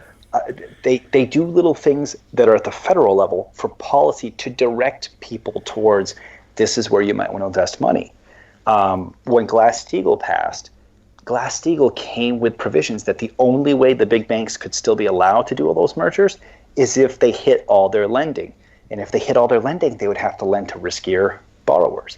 And they mandated that they'd have to renew the Community Reinvestment Act, which meant you have to reach out to blacks, traditionally blacks. Well, that's where immigration helped, and suddenly you had all new borrowers. Now, to tie that to bubbles, to lean on you guys know Minsky and Rothbard, right? Mm-hmm. Okay, so Minsky's bubble theory is that there are early receivers, mid receivers, late receivers. So your early receivers are going to get interest rates, primo interest rates. They're going to get the credit first. They can bid up the asset. Well, suddenly, if prices go up a little bit, you got your entire media arm, like with real estate. You got all your realtors talking about hot prices going up. And then it just gets out there. Well, hey, this is something to look into. Maybe you should sell your house. Maybe it's time to buy a new, bigger house. Then you get the media arm that's getting funding from the industries that are benefiting from this, that buy advertisements. They write all this good press. Oh, you should buy it. And then it becomes a social phenomenon. Your middle receivers get it. They start getting credit, and they bid up the price of the assets that the earliest receivers got, which hands more money to them. And they're treading water, with their payments of interest and principal. By the time it gets to your late receivers, they're your Ponzi borrowers. They're the people who are getting the interest-only loans. They don't see any of the asset appreciation. They don't see any of the asset gains, and they're just treading water. They're just the last fool that pays off the middle receiver. Yeah, take this latest IPO, Snapchat, right? I've never used the app. The only time I ever saw it was when somebody dragged me into a strip club. The second time I've only been there in my life. When I turned 18, I went, and then when I turned another milestone. 21? No. 21? Much later. So you could drink? Oh. No, I was 18, but I didn't drink. But I'm much older than that. But anyway, I went in one more time because a friend dragged me in, and I saw somebody using Snapchat in a strip club. It's the only time I've ever seen it. But this stupid thing, okay, this useless, shrinks your brain by 50% application, damages the minds and the brains of the country, in my opinion, is going public. This company is going public for $24 billion. And maybe they'll make money. I mean, look, I was critical of Facebook, and they're a $380 billion company now. But again, I'll contend that I'm not really sure what actually value they add if you actually net out what it does with the rest of society. If you just look at their profit statements, sure, they're profitable. Well, that's all that matters, right? The stock price. Apparently, right? The stock price. But guys, they come on. You know that somewhere they have bots that click on the ads at just enough of a rate that they can justify what they're charging advertisers. Come on, you know that. Well, and advertisers will see if they advertise on Facebook, they'll test it, and if they don't see an uptick. I mean, I hate to totally show for the establishment here, but yeah, you're doing a good job with that. Yeah, you're no doing kidding. a good job of that this episode. The point of a company, I mean, is to make money. So Snapchat has a bunch of idiots that use it, and then whatever they do, I guess they have ads. It's like a replacement for TV, basically. Snapchat is complete garbage, but I do have to give them credit for the fact that they rejected, what was it, a couple of years ago, somebody offered to buy them for $2 or $4 billion, and the CEO said no. Yeah, Facebook now because the valuation, he himself is worth $5.3 billion alone. Yeah, and dating a Miranda Kerr supermodel, so Victoria's Secret supermodel. Dude, he did better than the Zuck then, didn't he? Dude, she's a single mom. She's a single mom. No, that's the other thing about it too, which is sort of just another why American example. But I'm sorry, our economy should not be investing in companies like this. I don't care if you can justify it on an income statement. There's something wrong with America when we're rewarding people like him. He was quoted in Valleywag before he became a 24 billionaire or whatever he is worth, as on his Facebook page or something when he was still a frat boy. He said his MO is fucking bitches and getting laid, and he spelled it. We should probably do something with him. This guy needs to be digging a trench. I don't know what value he adds to my society. That's generous. I wouldn't give him a trench. I agree with you, but you can apply that to almost all of these bubbles. If you look at the '80s M&A bubble, and that because the first bubble in the '80s was really corporate debt and corporate valuations. That was the first bubble. It leaked over to consumer in the I think it was '85 or '86. They really started jacking up consumer credit as well. But it was basically corporate debt, consumer debt, and then at the very end there was a real estate bubble. But that was the '80s. '90s was stock and a little bit of a housing bubble. 2000s was housing, and then now it's the new economy bubble. But in the '80s, there were firms that were bought on LBOs 3 times, and the first time they were bought, it was a smart purchase. They were bought. They got turned around, got sold for an even higher value. By the third purchase, the guys who were running the booklets about, hey, here's why you want to buy the debt for us to buy this firm, they knew that it was going to be a crap out and that those guys were going to get screwed over. I mean, they knew. It's just that by the end, the bubble had run. And that's where the malinvestment issue, you get to those empty houses or those completely empty developments in sand states. The that we don't put the brakes on early enough. There's spurring on an industry, but we should be putting the brakes on before it becomes a runaway train.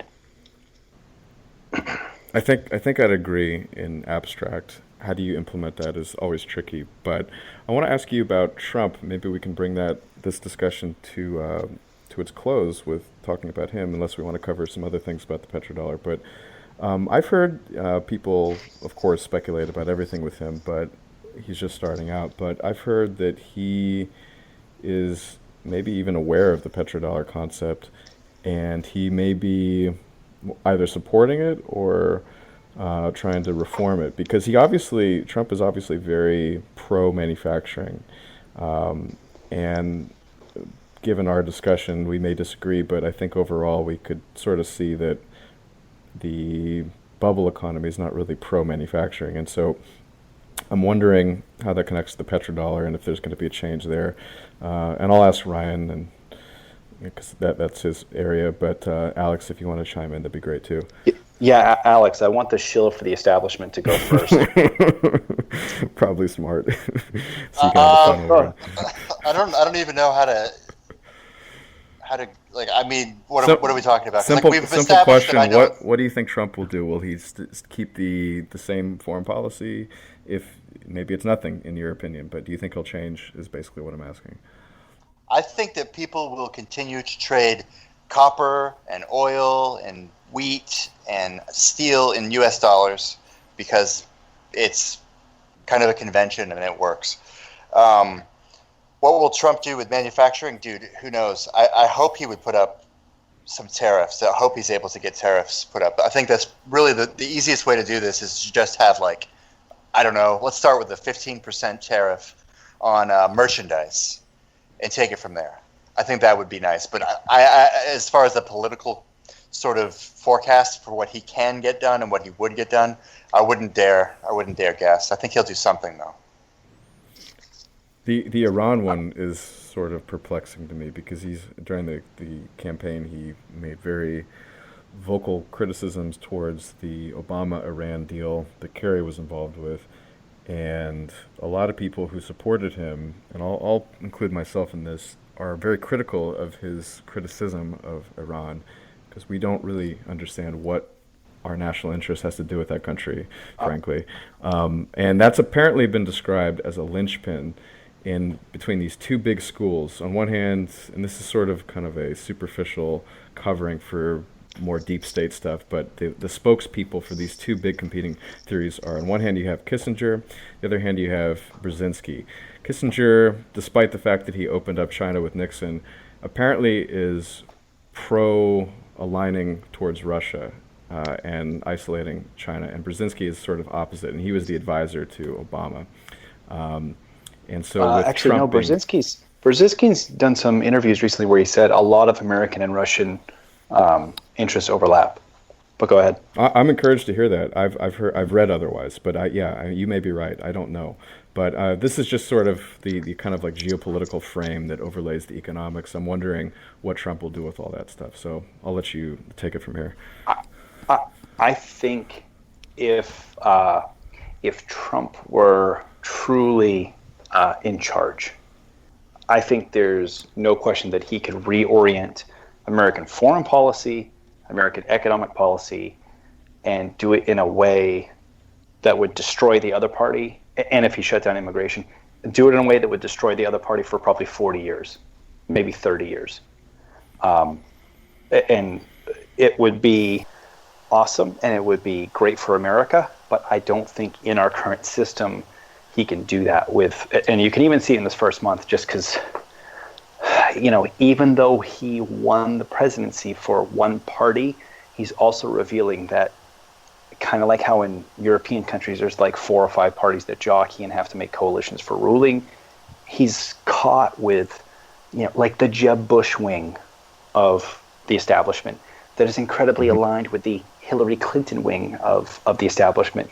That central managerial, pro-managerialism that has everything in common except how they feel about abortion. That's it. I think there are a lot of opportunities where Trump could say, okay, in the Middle East, we could disengage. I think his tough talk on Iran is probably from the old Nixon school of, you got to kind of sound like the mad bomber, but really all he wants is a better deal. I think I'm he just thinking that possibly. I think he just wants a better deal because the thing to keep in mind about Iran is it is much bigger and much better equipped and has a much better trained military than Iraq ever had. And it's mountainous. It's tough to invade. And if you mess with Iran, they're going to do something in the Straits of Hormuz. They're going to do something there. And then it's how much of a bump, to the oil price can the economy handle at that time.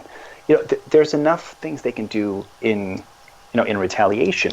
There's always a theory, and I'll throw this out here because I've written about it, but we always talked, the Republicans always talked about, hey, what happened at Benghazi? But do you ever notice nobody ever says, who attacked us at Benghazi? No one. Nobody ever says who. And that's because you never can find out. It's always, it was just random militants.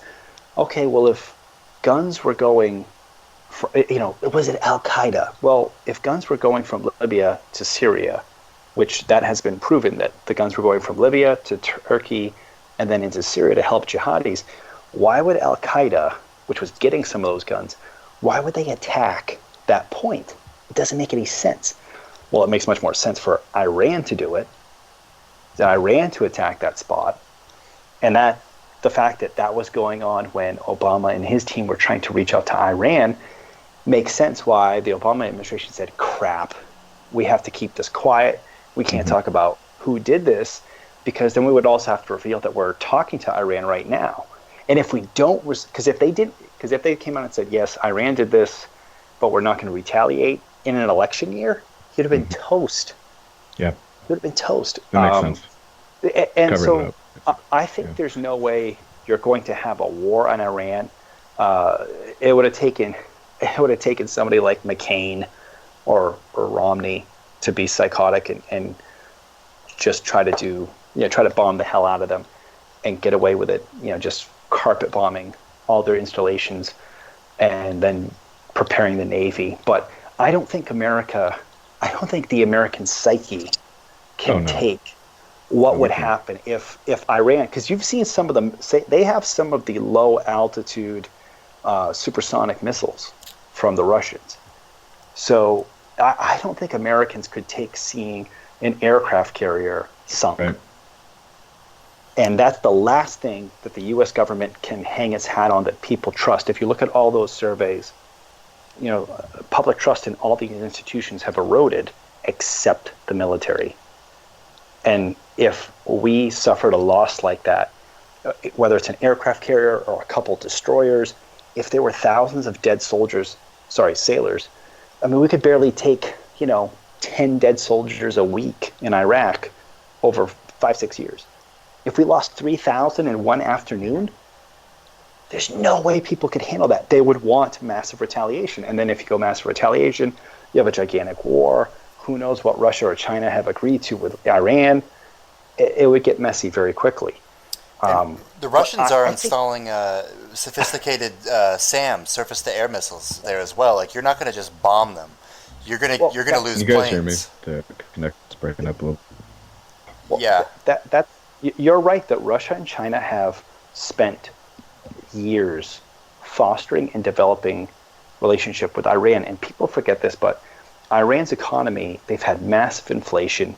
They've had to do a lot of tricks and fixes here and there. They've had a lot of support from Iran and from Russia and China, and because of that, there's no way that Russia or China would allow Iran to flip to being friendly with America, which I think is what the State Department and CIA, what the Blue Empire, what their aim is to bring Iran into our orbit and try to recreate the twin pillar strategy with Saudi Arabia and Iran.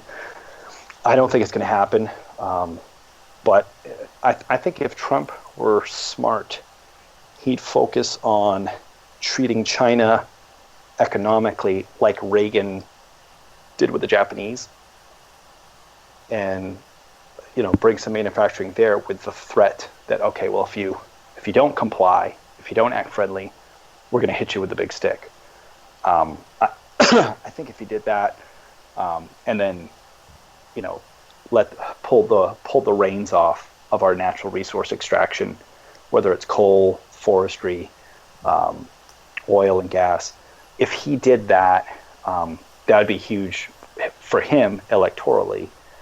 Because basically, if he could drag the GOP left economically, and if him and Bannon can do that, because he says he wants to make the GOP a workers' party. If he did that, it'd be huge for them long term. Well, you know, it's exactly like Clinton did with the Democrats. He basically took from the Republican playbook, and I mean, it would be hilarious and an amazing troll if Robert Reich was suddenly in the administration advising Trump on having manufacturing jobs back in America. I don't think that'll happen, but I mean, just the optics of that would be beautiful, and that's essentially what Clinton was doing. I mean, he ran on Bush's ideas. He implemented NAFTA. It was Bush's idea, actually. For better or worse, but just they called it triangulation, and it makes sense if you want to capture the election. You take from the other side, and I will get agreement from Democrats even that they'll admit this, that the fact that Hillary did not understand that the labor component of the Democratic Party was so important was the reason Trump won. I mean, he took the Rust Belt, basically. It's unbelievable that they didn't see that. Well, what happened, though, is that for decades, the Democrats had been playing, they've been playing on that playbook that, hey, unions, we're good for you. We love you. But as we just said about Clinton and Rubin started telling the unions, the blue collar, the manufacturing guys to go shove it. And they basically replaced the white working class with black voters, and then strategically with Hispanics, and they just imported them. And this was a move going all the way back to the 60s. If you read the Students for a Democrat Society, they talk about, like, you know, we got to align with the blacks, we got to help immigrants. It's all there that they were going to go for a cheaper vote to buy, and for a vote that would be more aligned to them and not elastic, as Nate Silver calls it. They wouldn't have to actually persuade. They would just say, you have to vote for us because the only reason you're in this country is because we're saying that you have to stay. So they basically hold Mexican voters hostage. Now, the war that I could see Trump getting us into to feed red meat to the military-industrial complex, and also to really solidify America if, you know, Bannon and him are serious about civic nationalism and national sovereignty. The war that I could see happening is a border war with Mexico. Let's do it. But wait. Halls of Montezuma. Because you guys know that El Chapo right now is being held in a Brooklyn prison, right? I know he was in the United States. I didn't know that, no. Chapo's been arrested multiple times but never extradited to America. Right after the election, Mexico extradited him, and he's sitting in a Brooklyn penitentiary that is just a temporary transfer prison. That's not a long-term prison. So they're going to have to do something with him. If you take a look at what Jeff Sessions has said about the cartels, they're going to go after the cartels. If you start mapping out the narrative, you know, if Trump says it's bad hombres, you know, we got to go after the bad hombres. We have to get rid of the drugs. We have to do something about the heroin crisis. The Sinaloas control, I think it's 60 or 70% of all heroin that comes into America. Their American headquarters is in Chicago. What city is going through crazy murder rates? Chicago. Like, there's a huge narrative that fits, that if we crack down on the cartels, and as we're sending back millions of people to Mexico, it's going to force Mexico, which is basically a failed state, it's going to force Mexico to have to do something. They're going to have to formalize who's in charge. I mean, Mexico's last safe resort area was Playa del Carmen. That place now has cartel killings. It now has cartel killings. 10 years ago, I had my honeymoon there. Safe as safe can be. Well, it sounds like what we need to do is start wars with China and Mexico, and then all these foreign nationals in America, they'll be a security risk. We just have to repatriate them. I do not want to fight a war with China. Mexico's a different story. No, if you fight a war with China, the Chinese will not just fight a conventional war. And if you take a look at some of their strategy documents, they're playing that Sun Tzu, you know, there are 20 battlefields, and we just have to win on, you know, more than half of them. And if we play the long game, we'll make America succumb.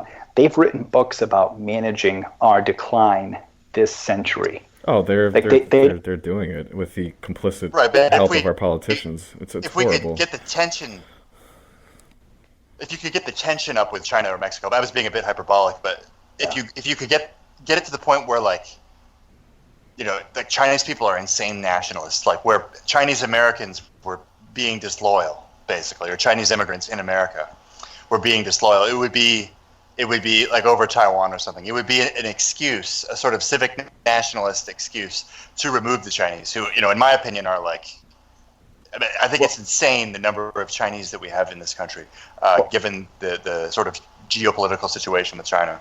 What I've heard with China, and I wanted to write on this, was supposedly China's military, because we see these news releases where it goes, oh, look, their clone of the J-35 is flying. Well, it's not really the J-35, you know, it's not, or the F-35, whatever you want to call it, because it used to be the Joint Strike Fighter, you know. Mm-hmm. It's not the F-35. All it is, it's the shell, and it's an old F-18 engine. Yeah, that's right. They don't have top-notch quality equipment. It just looks like it. Now their missile equipment, their missile arms are definitely good quality. Yeah, they also have nuclear weapons. Yeah, but how many? 200? I've heard, yeah, in the hundreds. I don't remember, but yeah. I think it's 200 or 400. I don't think it's that high. The thing about China that I've heard is that they've been playing this game, and if you look at the South China Sea, you know, Rodrigo in the Philippines has been most vocal, but he has allowed them an opportunity to play the game where they're going to get the Philippines to be friendly, Malaysia, Indonesia, and Thailand that had their coup.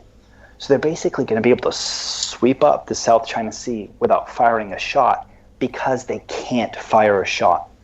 If they have to fight something hot over the South China Sea, there's the high likelihood they're gonna come out looking like crap. So that's why they have to do it through diplomacy. They have to do it through trade deals. They have to do it through talking to the Thais about funding the Kra Canal. So I mean, you don't want to fight China, but China definitely is playing the long game and trying not to get into a fight as well. But if there's a chance that Trump would start a war, it would be a border war, and that would also help clearly mark out territory. I mean, at the end of it, who knows how the southern border might look. Well, Mexico wants to take Aztlan back, so their plans push north. I don't know if ours push south. I'd be happy if we just built a wall, frankly. But here's the thing, though. Mexico cannot run Mexico. Oh, I know. How the hell are they going to run the Southwest United States? No, they're not. But I just don't want to have to be caretakers for other people. That's the problem. I'm with you. Yeah, and they force that on us whether we want it or not, and that's what's. We don't benefit by taking their territory over. We benefit by taking their people, or getting them to take their people back. Frankly, and you can make the same argument about Chinese, but at least, well, I don't know what their net benefit is, but they, they know how to code and stuff like that, and so I wonder if Silicon Valley would be doing as well without them. But it's a net drain on the middle class. I'm sorry, just having these people here. Here's a question. You guys just did an episode on the CIA. If the CIA could craft, because I know sailors talked about it with the deep state, if they could make a guy like Obama, it would look like a success from their mid-20th century plans. If the CIA could craft a candidate who would symbolize America should be nice to Mexico, you couldn't get any better than the son of the director of the CIA, Jeb Bush, marrying some 3-foot-tall Oompa Loompa. Yeah, right. With an exclamation point at the on. end of his name. I know, it's horrible. It's horrible. And you probably know a little bit about what the Bush family has done with the cocaine trade. But Yes. Jeb allegedly was directly involved in that with one of the banks from Texas. He was sent down to sit on the board or manage the trade between this bank and I think it was Venezuela that was laundering money from the cartels back when they were still in Colombia and other countries like Nicaragua. And obviously Bush Sr. was involved with the CIA, and he has been pointed as one of the architects of the involvement with the Contras and the cocaine coming up to the country. And so they're dirty. They're a dirty family. And if you look at where the cocaine is coming from now, it's coming through Mexico. I've always looked at that family with, not always, but recently much more so, with a lot of suspicion with their relationship with Mexico in particular. And the fact that they've allowed the border to be as open as it has been is, I think, evidence that they're in alignment with some of this stuff going on with the drug trade. That's how I would see it, but yeah, I don't know. Because thinking long term,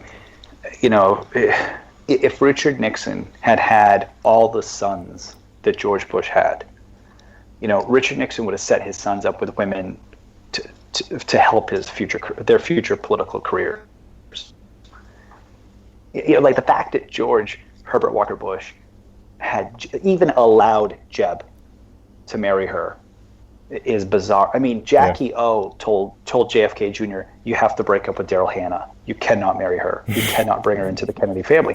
That's not just apocrypha. I think that was reported in Vanity Fair in the 90s. Sure. But the idea that you would take your son who wants to please you and say, oh yeah, go ahead. We don't even know if she's legal or not. Go ahead. Marry her. Right. I mean, that sounds like a CIA, okay, one day we might have to annex Mexico. Can you set your son up? Right. And look at his son. His son is basically him with a tan. Yeah. I know. It's bizarre. It's bizarre. And what's frightening to me is that most people don't even see it. I mean, I think increasingly with the internet, people are starting to. But, when the Clintons were in charge, they had a very cozy relationship with the national press and the news media. And they were able to manage the narrative very, very well. Today, Trump is on Twitter, and he's got 68 million direct followers, and he just canceled recently the White House Correspondents' Dinner. So that's positive, but then you also look at these companies, I should say, with Twitter in particular, shadow banning people, closing accounts, knocking people off. And you have people, if you look at who controls Google and Facebook and Snapchat, who cares about Snapchat? But Twitter and Google and Facebook are the main, are the media today. And they are not friendly to Trump. And so I wonder how that's going to develop going forward. You realize you can't share my blog's links on Twitter with .com as the extension. That's what Twitter's done to me. You're talking to somebody who I got my account suspended, and you can't even share 28sherman.blogspot.com. You have to use a Canadian extension. I'm glad you're sharing this with people, because I think a lot of people don't even realize this is true. Yeah. I can't retweet any sort of far right accounts on Twitter. They've targeted me for something. If you guys, because when we talk about dissidents, and a lot of times it's like LARPing. It's like, how much of a dissident are you? How much are you like Solzhenitsyn? But last summer, when I got locked out, and it was like me, Hartiste, Vox Day, a few people got locked out, and I couldn't get back. And I had somebody who worked at Twitter kind of advocate for me. And he said, hey, dude, they got your code, and they said they sent your code. I go, they didn't send it. And he goes, yeah, well, they're telling me they sent it. I said, well, that's a lie. So I had to do my new account. But when I started to try to, every day when I do a post and send a link out, they started saying, this looks automated. This looks automated. And I was like, wait. So I asked a couple other accounts, try to share my page, because they're telling me it's automated. It was telling them it was automated. And I said, holy crap, they're actually targeting my website. So I found out if I use the Canadian extension, it works. But it hit me. And I'll tell you, it's the kind of thing where, on election day, I tell my wife, hey, if Hillary Clinton and if FBI agents knock on my door, on January 21st, I'm sorry, just tell my children I love them. But, that's when it hits you that it is real. and that you are not just on the outside, but you're also on the outside, and you're possibly telling the truth or telling a truth that they don't want out. So, I mean, I hope Trump. I hope of what's happening with the media and the discrediting that's going on, even with PewDiePie, what's happened with him, with a lot of young people seeing that. I hope that people start looking for alternatives. The tough thing, though, is people can still say the media is crap, it's garbage, it's lies, but they still give it credibility. They still can't let go. And then academia is next, but yeah. Yeah, no, it is. It is. Well, this has been a great discussion, Ryan. Thank you for coming on.